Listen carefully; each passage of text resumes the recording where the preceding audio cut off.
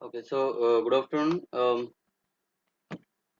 Design problem आपण आता चालू करणार आहे.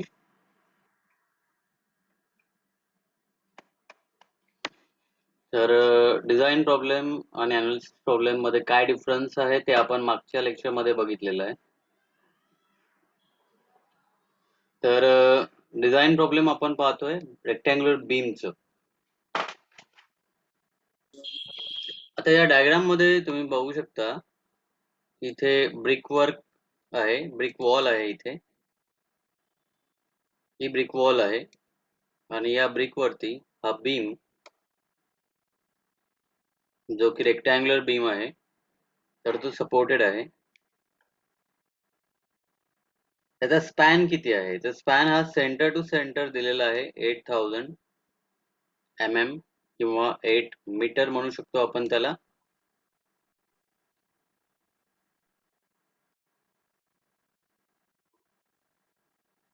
ब्रिक वॉल जो है, ब्रिक वॉल का थिकनेस कितना है? 300 mm. ओके. ब्रिक वॉल का थिकनेस है 300 mm, ये दिया गया है। और इम्पोज लोड कितना है, तो इम्पोज लोड दिया गया है 7 किलो न्यूटन पर मीटर। तो हमने जिस तरह से लास्ट टाइम में प्रॉब्लम देखा है, कि प्रॉब्लम में हमने देखा है कि किस तरह से हम लोग डिजाइन प्रॉब्लम को सॉल्व कर सकते हैं और क्या क्या डिफरेंट टर्मिनोलॉजीज है उसमें। तो यहाँ पे 3 डेटा हमारे पास में है। पहला डेटा कौन सा है, तो पहला डेटा ये है, इसका स्पैन है सेंटर टू सेंटर 8 मीटर। उसके बाद में सेकंड डेटा है, ये जो ब्रिक वर्क है या ब्रिक वॉल है, उसकी जो थिकनेस है वो है 300 mm, 300 mm। उसके बाद में ये यहाँ पे इम्पोज लोड दिया गया है 7 किलो न्यूटन पर मीटर। मतलब ये लोड जो है, ये लोड ये ऐसे यहाँ पे बीम के ऊपर में एक्ट करेगा। क्यों हमने पॉइंट लोड नहीं दिया, क्यों हमने यूनिफॉर्मली वेरिंग लोड नहीं दिया,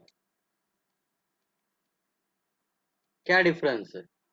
पॉइंट लोड मतलब ये हमेशा ध्यान में रखना है कि ये किलो न्यूटन में आएगा।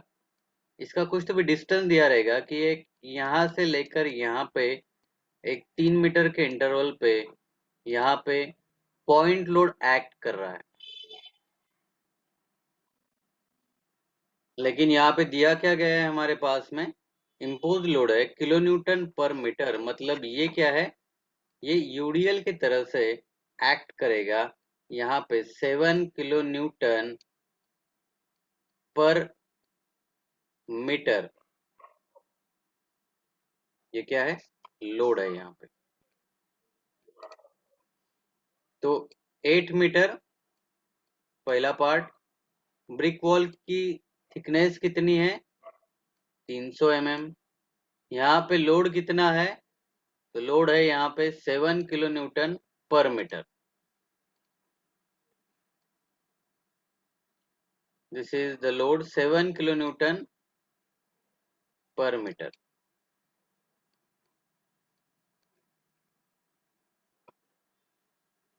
अगर ये प्रॉब्लम दिया है तो हमें क्या करना है, हमें डिजाइन करना है।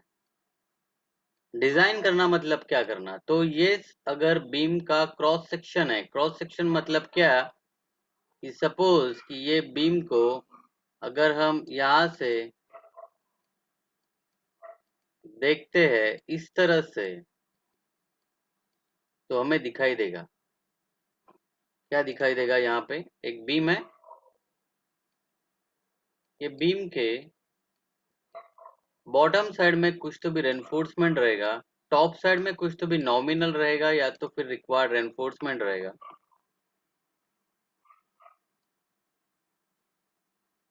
और ये स्टिरअप्स रहेगी।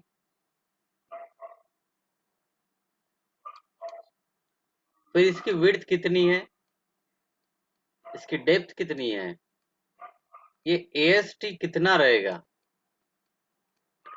ये लोड कितना बियर कर सकता है, मोमेंट कितनी बियर कर सकता है ये बीम, ये निकालना मतलब क्या करना, डिजाइन करना।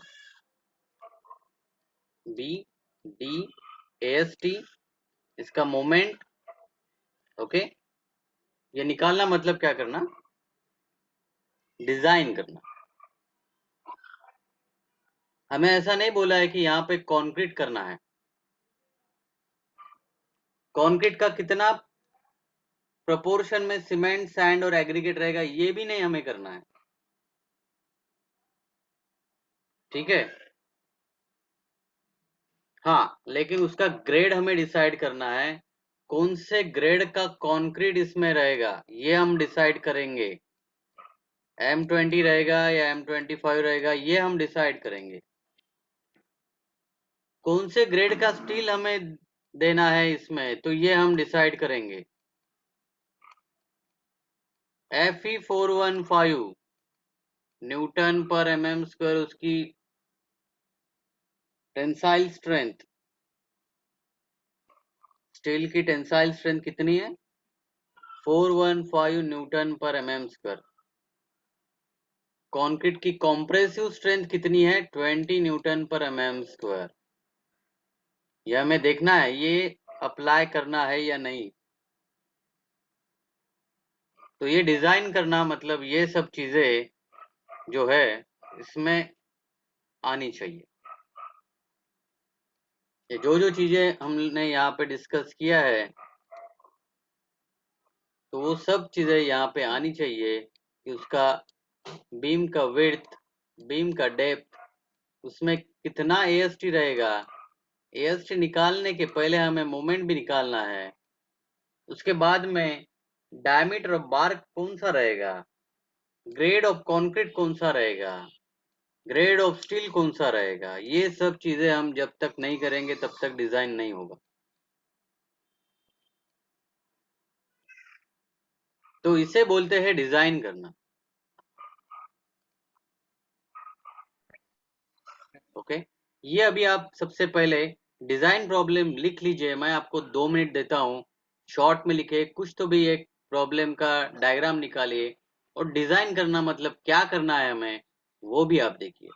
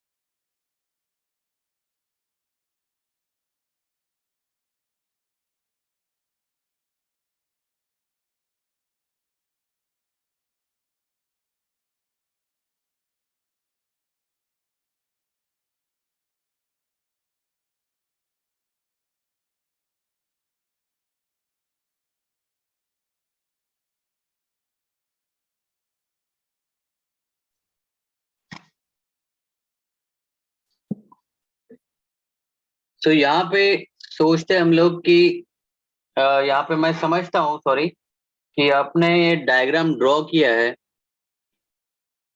क्या हमारे पास में और कौन कौन से इनपुट हमारे पास में है, या फिर डायग्राम में क्या आप मेंशन कर सकते हैं? 8000, यहाँ पे 300 mm, और यहाँ पे जो यूडीएल है वो यूडीएल है 7 kN/m। अभी इतने जो इनपुट दिया है हमारे पास में, तो उसके ऊपर में हम क्या करेंगे कि हम डिजाइन करेंगे। डिजाइन करना मतलब क्या करना, ये सब चीजें कैलकुलेट करना। ठीक है, तो जैसे हमने बताया है कि अननोन्स कौन कौन से, स्मॉल बी, विड्थ उसको क्या कहते हैं, width of the beam, small D मतलब इफेक्टिव डेप्थ, कैपिटल डी मतलब टोटल डेप्थ, एएसटी मतलब एरिया ऑफ स्टील, फिर ग्रेड ऑफ स्टील और ग्रेड ऑफ कंक्रीट। इतने सारे हमारे पास में क्या है, अननोन है।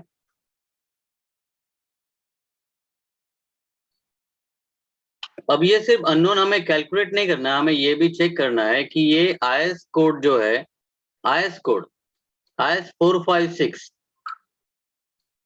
के हिसाब से हमें ये देखना है कि जो कुछ चीजें यहाँ पे हम, जो विड्थ है, डेप्थ है, एएसटी है, ये कैलकुलेट हमें इस कोड के हिसाब से करना है।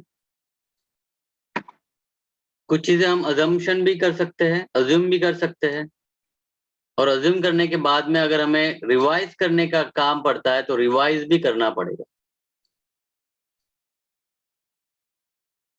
तो आईएस 456 ये बहुत इंपॉर्टेंट है यहाँ पे। अगर कंक्रीट में आपने अगर आरसीसी पढ़ा है तो आरसीसी में आरसीसी जो चीज है रेनफोर्समेंट कंक्रीट,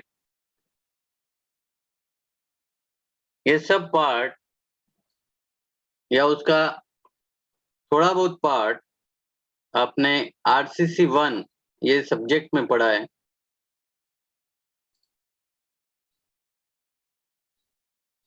तो अभी यहां से हमारा एक्चुअल काम चालू होता है, मतलब डिजाइन की स्टेप नंबर 1। स्टेप नंबर 1 क्या है हमारे डिजाइन की? तो वो है ग्रेड ऑफ स्टील हमें डिसाइड करना है और ग्रेड ऑफ कंक्रीट हमें डिसाइड करना है। कौन सी दो चीजें हमें डिसाइड करनी है? कंक्रीट और स्टील। सर कंक्रीट ही क्यों, एल्यूमिनियम क्यों नहीं, या फिर और दूसरे कंपोजिट मटेरियल क्यों नहीं? क्योंकि हमारा जो पर्टिकुलरली सब्जेक्ट है या फिर जो हम लोग इस सिलेबस में पढ़ रहे हैं वो टोटली रिलेटेड टू क्या है? RCC, reinforce cement concrete. हाँ, अगर आप आपके फाइनल ईयर में कुछ एक्सपेरिमेंटल स्टडी अगर करना चाहेंगे या आपको खुद को कुछ एक्सपेरिमेंटल वर्क करना है, आप थर्ड ईयर में भी कर सकते हैं, आपके लेवल में कर सकते हैं। जैसे कि यहाँ पे आरसीसी है, आरसीसी जो भी कुछ है यहाँ पे सिर्फ इसके भी अलग अलग टाइप्स हैं। फाइबर रेनफोर्स कंक्रीट है, ये भी कर सकते हैं। कॉम्पैक्टिंग कंक्रीट है, सेल्फ कॉम्पैक्टिंग कंक्रीट है, सेल्फ हीलिंग कंक्रीट है। तो आर्ट्स ये कंक्रीट के भी काफी सारे टाइप्स है जो आपने आरसीसी में पढ़े होंगे। अगर नहीं पढ़ा है तो कम से कम ये देख सकते हैं। इसका जो पहले वाला जो सब्जेक्ट है उसका थोड़ा बहुत रिकॉल करना बहुत जरूरी है, क्योंकि अगर हम सब चीजें अगर यहाँ पे पढ़ेंगे तो हमारा सिलेबस इस सेमेस्टर में खत्म नहीं होगा। तो एटलीस्ट आपको कुछ चीजों को रिकॉल करना है, कुछ बुक्स पढ़ना है। अगर आरसीसी अगर आपको पढ़ना है तो अगर आपने नहीं पढ़ा है अभी तक तो एक एमएस शेट्टी, ये जो ऑथर है इनका जो किताब है ये काफी अच्छा किताब है। उसके बाद में एक है गंभीर। तो ये ऑथर इंडियन ऑथर्स है। अगर आप फॉरेन ऑथर्स से पढ़ेंगे तो उनकी जो लैंग्वेज रहती है तो वो लैंग्वेज आपको समझने में प्रॉब्लम जाएगा। तो अगर आप इंडियन ऑथर जैसे कि एमएस शेट्टी है, गंभीर है, या और कोई इंडियन ऑथर जो आपको अच्छा लगता है तो आप उसको पढ़ सकते हैं। और मैं टेक्स्ट बुक की बात कर रहा हूँ या रेफरेंस बुक की बात कर रहा हूँ, मैं कोई नोट्स की बात नहीं कर रहा। बिकॉज नोट्स वो सिर्फ आपके एग्जामिनेशन पॉइंट ऑफ व्यू लिखे जाते हैं, एग्जाम कैसे क्रैक करना उसके ऊपर में लिखे जाते हैं। हाँ, लेकिन अगर आपको कुछ एमपीएससी करना है, यूपीएससी करना है, गेट की प्रिपरेशन करनी है तो ये टेक्स्ट बुक रेफर करना बहुत जरूरी रहता है। काफी सारे ऐसे चीजें रहती है कि जो हम यहाँ पे कवर नहीं कर सकते। कुछ छोटी चीजें रहती है या कुछ आउट ऑफ सिलेबस भी रहता है, या जो ऐसे चीजें रहती है कि जो हम यहाँ पे कवर नहीं कर सकते, वो अगर आप टेक्स्ट बुक से आप खुद होके अगर कवर करेंगे तो आपके कंसेप्ट क्लियर होंगे। कंसेप्ट क्लियर हो गए तो बाद में जाके आपको कुछ प्रॉब्लम्स नहीं आएंगे, डिफिकल्टीज नहीं आएंगी। ओके, सो यहाँ पे स्टेप नंबर 1 क्या है? तो सबसे पहले स्टेप नंबर 1 मतलब ग्रेड ऑफ स्टील और ग्रेड ऑफ कंक्रीट हमें डिसाइड करना। तो यहाँ पे हम अज्यूम करते हैं, मैंने जैसे बताया कि कुछ चीजें हमें अज्यूम करनी है, तो हम अज्यूम करते हैं कि ग्रेड ऑफ स्टील ये जो है वो Fe415 और ग्रेड ऑफ कंक्रीट जो है M20। ये M20 क्या है, 20 क्या है, M क्या है, Fe415 क्या है, ये ऑलरेडी हो चुका है। आप पहले वाले वीडियोस आप देख सकते हैं, रिकॉल कीजिए, रिकॉर्डेड जो वीडियोस है गूगल क्लासरूम में मैंने ऑलरेडी अपलोड किए हैं, वो देखना है आपको, एक बार नहीं, 2 बार नहीं, 3 बार नहीं, जितना आप, जब तक आप नहीं समझते उतना बार आपको देखना है, रिकॉल करना है, ठीक है? क्योंकि अब हम डायरेक्टली इसका इस्तेमाल करेंगे, FE415 M20, ये कोई कोड लैंग्वेज नहीं है, इसका ऑलरेडी हमने इस्तेमाल किया हुआ है और ये क्या रहता है ये हमने देख चुके हैं हम। तो क्लॉज नंबर 6.1.2 और टेबल नंबर 5, ये जो IS 456 का है, तो उसमें हमें पता चलेगा कि मिनिमम ग्रेड ऑफ कंक्रीट, मतलब अगर आपको कोई भी कंस्ट्रक्शन वर्क करना है, वो चाहे रेसिडेंशियल वर्क हो या कॉम्प्लेक्स का वर्क हो या कोई भी वर्क है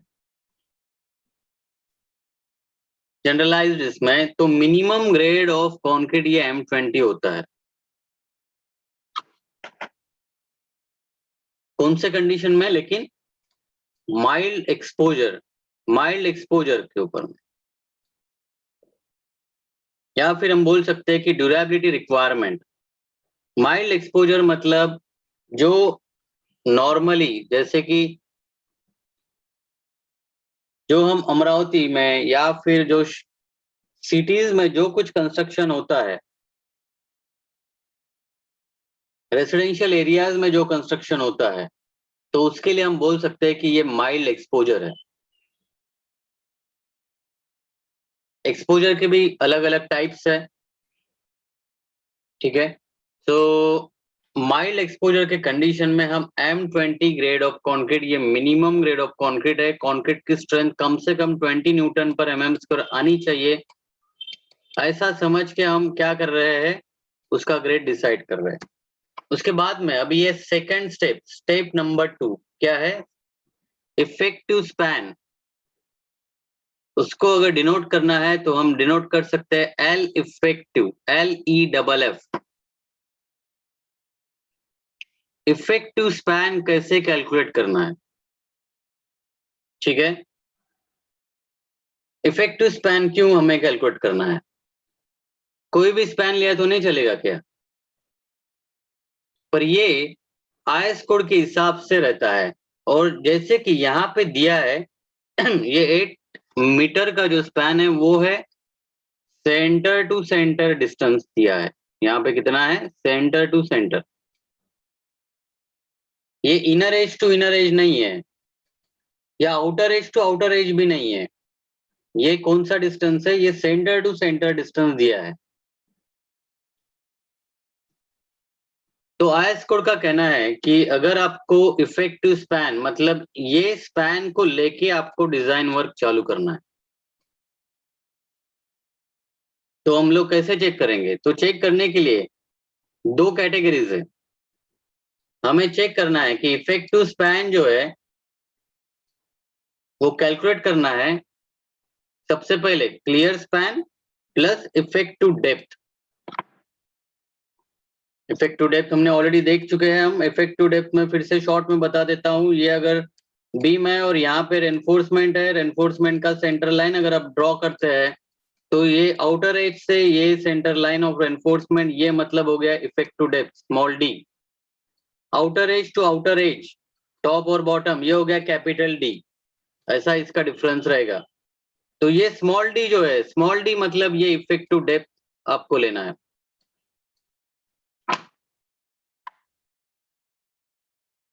ये नोट्स निकालना है आपको, ड्रॉ करते रहना है। स्मॉल d क्या है, कहां पे, कहां से लेकर कौन सा डिस्टेंस,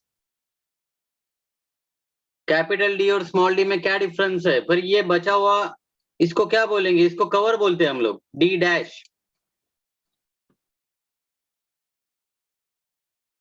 तो ये छोटी छोटी जो टर्म्स है, ये टर्म्स आपके, अगर आपको नोट्स लिखने की अगर प्रॉपर प्रैक्टिस अगर है,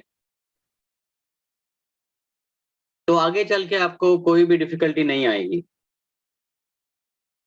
तो clear span plus effective depth, ये सबसे पहला क्राइटेरिया है। और दूसरा क्राइटेरिया है centre to centre distance between two support. ये दो चीजें हमें कैलकुलेट करनी है, और इन दोनों में से जो भी कुछ लोअर वैल्यू रहेगी वो लोअर वैल्यू हमें क्या करना है, हमें कंसिडर करना है एज द इफेक्टिव स्पैन। तो सबसे पहले क्या करेंगे हम, पहला जो पार्ट है, पहला पार्ट क्या है, clear span plus effective depth मतलब स्मॉल डी। तो अब हम यहाँ पे तीसरा अभी अजम्पशन ले रहे हैं। सबसे पहले अजम्पशन कौन सा लिया था, ये पहले अजम्पशन लिया था, ग्रेड ऑफ स्टील, ये पहला अजम्पशन। ग्रेड ऑफ कंक्रीट, ये दूसरा अजम्पशन। अब तीसरा अजम्पशन है हमारा, डी हम ले रहे हैं 400 mm। कितना ले रहे हैं, 400 mm।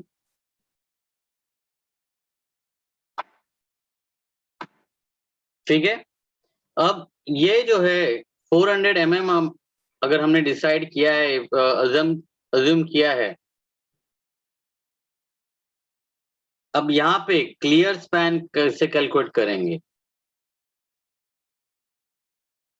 क्लियर स्पैन 7700 कैसे आ गया, अभी हम देखेंगे क्लियर स्पैन मतलब क्या है।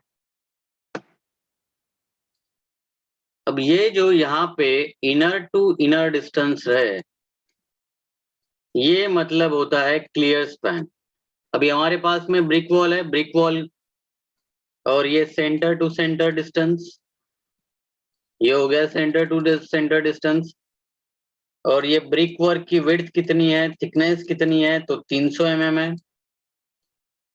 ठीक है, 300 mm है, तो यहां से लेकर यहां तक कितना हो गया, सेंटर लाइन ड्रॉ करो, उसका सेंटर कितना होगा, 300 डिवाइडेड बाय 2, कोई भी बता देगा, 150 mm, 150 mm, ये हो गया 150 mm। मतलब क्या हो गया, अभी यहां से 150 mm डिडक्ट कर दिया, यहां से 150 mm डिडक्ट कर दिया, तो 8000 में से ये 8000 माइनस 150 करो, फिर से माइनस 150 करो। क्यों, ये 150 इधर का, ये 150 इधर का, कितना बचेगा, 7700। यूनिट लिखना बहुत जरूरी है, mm। इसके पहले में भी बताया आपको, यूनिट कन्वर्जन आना बहुत जरूरी रहता है। अब यूनिट कन्वर्जन में हर लेक्चर में नहीं आपको डिस्कस करूंगा। mm to metre, metre to mm, centimetre to metre, centimetre to mm, ये कन्वर्ट करना आना चाहिए। इसका चार्ट बना लो, एक पेज के ऊपर में चार्ट बना के आपके कहीं पर भी वॉल जो है जहाँ पे आप पढ़ाई करते हैं, वहां पे आपको स्टिक कर देना है।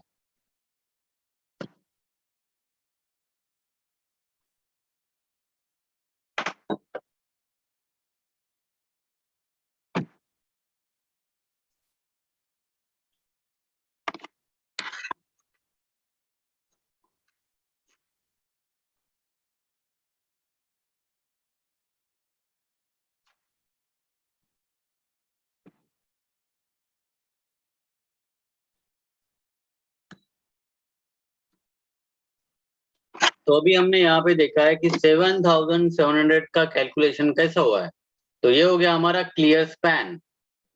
उसमें हमने क्या ऐड करना है, उसमें हमें ऐड करना है डी, स्मॉल डी मतलब क्या है, इफेक्टिव डेप्थ। वो क्या किया है हमने, अज्यूम किया है।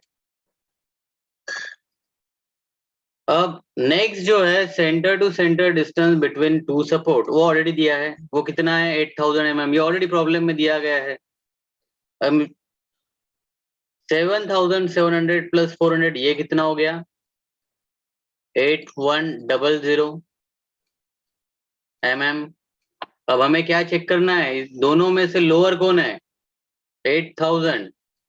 ठीक है, ये तो बता देगा कोई, 8100 बड़ा है या 8000 बड़ा है, 8100 बड़ा है, तो हमें कौन सा लेना है, 8000। तो ये क्या हो गया, L effective.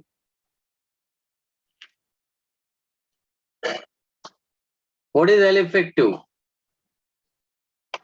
Effective span.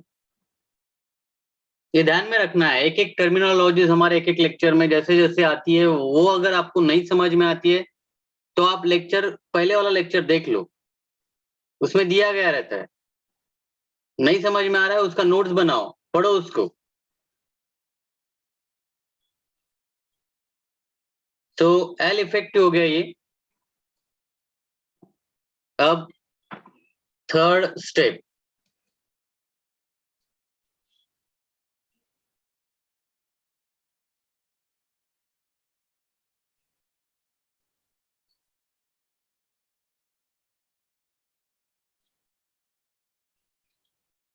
Percentage of steel reinforcement. अब ये जो है परसेंटेज ऑफ स्टील रेनफोर्समेंट, ये कौन से सिंबल से दिए हमने? P T. So percentage of steel reinforcement, ये अगर हमें डिसाइड करना है तो हमें सबसे पहले मॉडिफिकेशन फैक्टर को लेना है। उसके पहले में हमें देखना है कि पीटी लिमिटेड कितना रहेगा, और उसके हिसाब से परसेंटेज ऑफ स्टील कितना हमें प्रोवाइड करना है।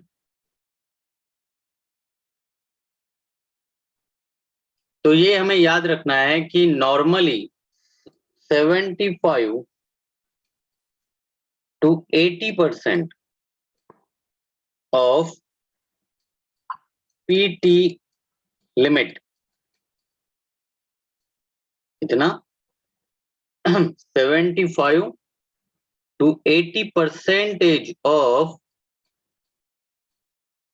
PT limit. So percentage of steel और limiting percentage of steel, ये किसके ऊपर में डिपेंड करेगा? ये डिपेंड करेगा कि आपने कौन सा ग्रेड ऑफ कंक्रीट यूज किया है और कौन सा ग्रेड ऑफ स्टील यूज किया है।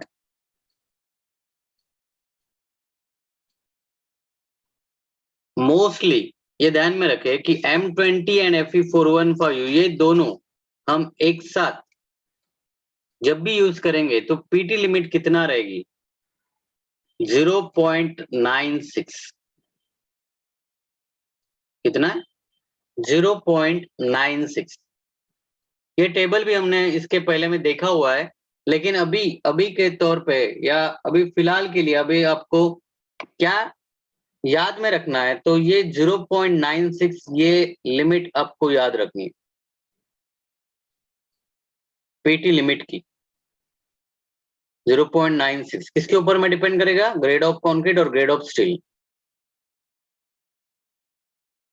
तो ग्रेड ऑफ कंक्रीट M20 है, ग्रेड ऑफ स्टील Fe415 है, और लगभग काफी सारे प्रॉब्लम्स में हमें ये ग्रेड ऑफ कंक्रीट और ग्रेड ऑफ स्टील लगेगा। और इसके लिए पीटी लिमिट की वैल्यू कितनी है? 0.96। ये कैसी आई, क्या है, इसके पहले वाले वीडियोस आप रिकॉर्डेड वीडियोस देख लीजिए, ये पता चल जाएगा। लेकिन इसके अभी के लिए ये याद में रखना है 0.96। सो 75 to 80%, सपोज अगर हम बोलते हैं कि 75% अगर हम लेते हैं 75% वैल्यू, तो 0.96 का 75% कितना आएगा? 0.72। कैलकुलेट करके देख लीजिए।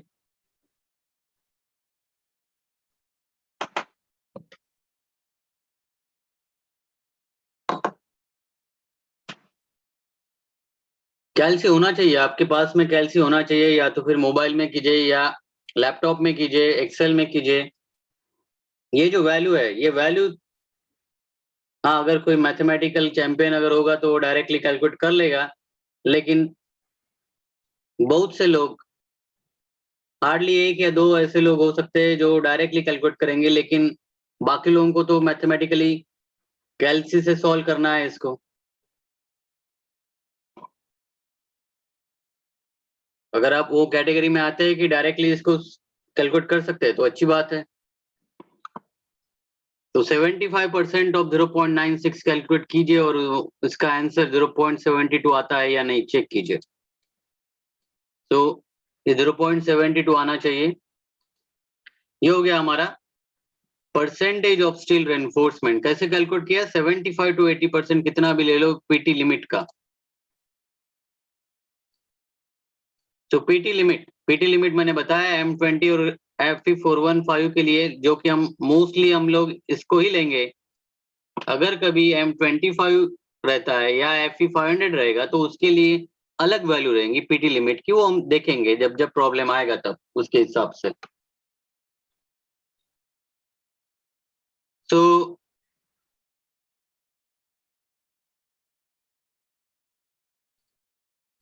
ये हो गया परसेंटेज ऑफ स्टील रेनफोर्समेंट। मतलब फर्स्ट स्टेप हो गया grade of steel and concrete, ये सेकंड स्टेप इफेक्टिव स्पैन। अब थर्ड स्टेप क्या है? Percentage of reinforcement. ये हमने क्या किया? परसेंटेज ऑफ रेनफोर्समेंट ये हमने अभी डिसाइड किया है 0.72 होना चाहिए। Next, effect to depth calculation. Assume तो कर लिया था हमने, ओके। अज्यूम तो हमने सेकेंड स्टेप में कर लिया था, फिर हम कैलकुलेट क्यों कर रहे हैं? तो कैलकुलेट करना भी बहुत जरूरी है, इसको क्रॉस चेक करना बहुत जरूरी है कि जो हमने अज्यूम किया है वो प्रॉपर है या नहीं।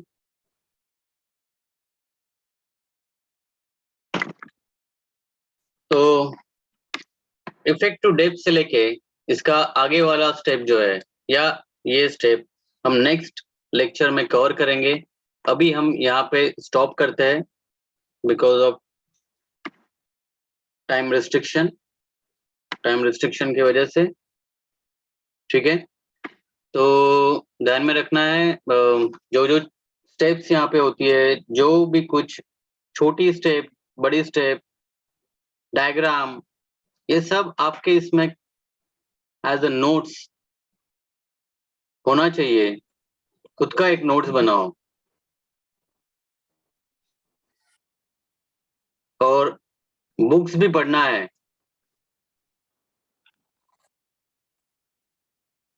Okay, so you can mark your attendance, और आपका गूगल क्लासरूम में भी आप मार्क कीजिए अटेंडेंस को। तो यहाँ पे वी विल स्टॉप। नेक्स्ट जो स्टेप्स है will seat in the next lecture. इधर से बोल हो गया।